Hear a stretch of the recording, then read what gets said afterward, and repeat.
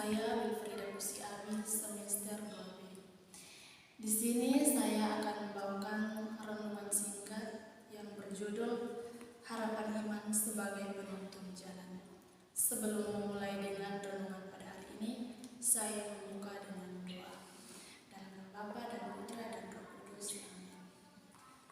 Ya Allah Bapa yang Maha Baik, kami sangat bersyukur dan berterima kasih kepada-Mu karena atas berkat dan perlindungan-Mu kami masih dapat berada di tempat ini dalam keadaan sehat dan selamat. Ya Tuhan, pada kesempatan ini juga kami akan mendengarkan dan merenungkan bacaan Injil hari ini.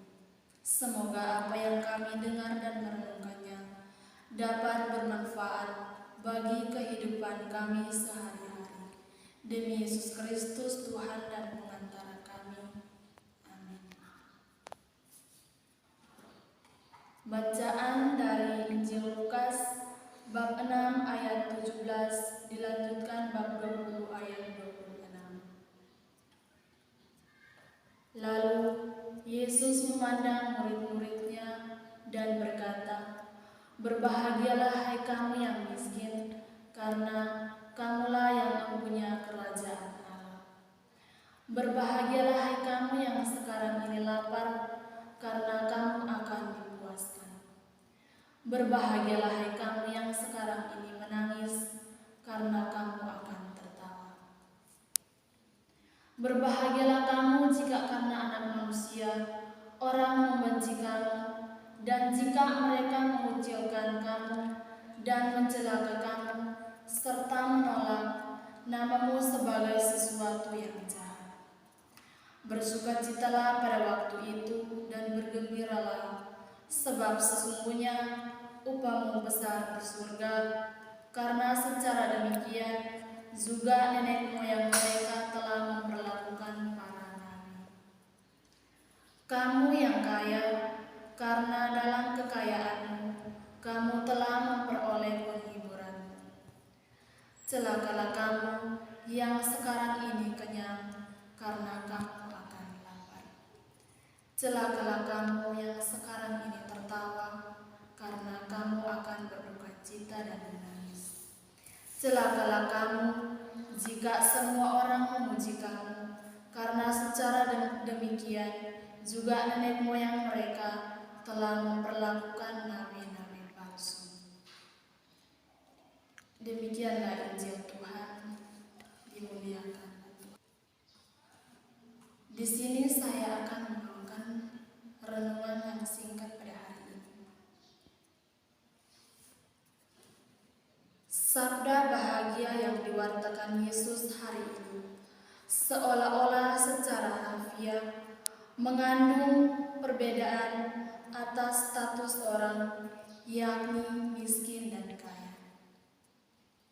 Saudara-saudari, mereka yang miskin akan menerima penghiburan, sebaliknya yang kaya akan mendapatkan celaka. Namun, jika kita berusaha merenungkannya secara lebih dalam, maksudnya pesan Yesus bukanlah demikian. Sabda bahagia yang diwartakan orang yang kaya dan miskin, mereka akan mendapat penghiburan. Sabda bahagia ditunjukkan kepada semua orang, tidak hanya kepada mereka yang miskin. Jelas bahwa yang miskin akan menerima kebahagiaan sebagai penghiburan bagi mereka, tetapi bagaimana dengan orang kaya? Sebagian orang yang memang tidak mudah menemukan kebahagiaan batin karena hidupnya dipenuhi dengan kecemasan, ketakutan, dan kekhawatiran. Yesus mengajak kita semua agar mengarahkan hidup kita hanya tertuju kepada-Nya. Hidup kita mengapa kita perlu menempatkan harapan kepada Yesus? Sebab Yesus adalah penggenapan atas janji keselamatan Allah. Melalui Yesus, kehidupan kekal akan kita terima. Segala jaminan duniawi seperti kenyamanan yang kita rasakan saat ini dan kemakmuran yang kita terima bukanlah kunci untuk mengalami keselamatan kekal yang penuh dengan kebahagiaan sejati. Harapan atas imanlah yang menjadi kunci utama kita untuk menuju pada janji keselamatan. Saudara-saudari, yang miskin perlu berharap kepada Allah karena Allah tidak pernah melupakan umatnya.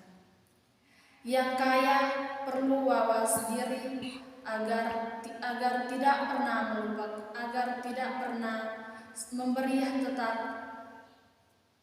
agar tidak pernah terbaharui oleh kenyamanan duniawi, sembari tetap berharap pada penyelenggaraan ilahi. Inilah kiranya yang perlu kita sadari, yakni kemampuan menghidupkan harapan, sebab harapan adalah penuntun jalan seturut kehendak Allah.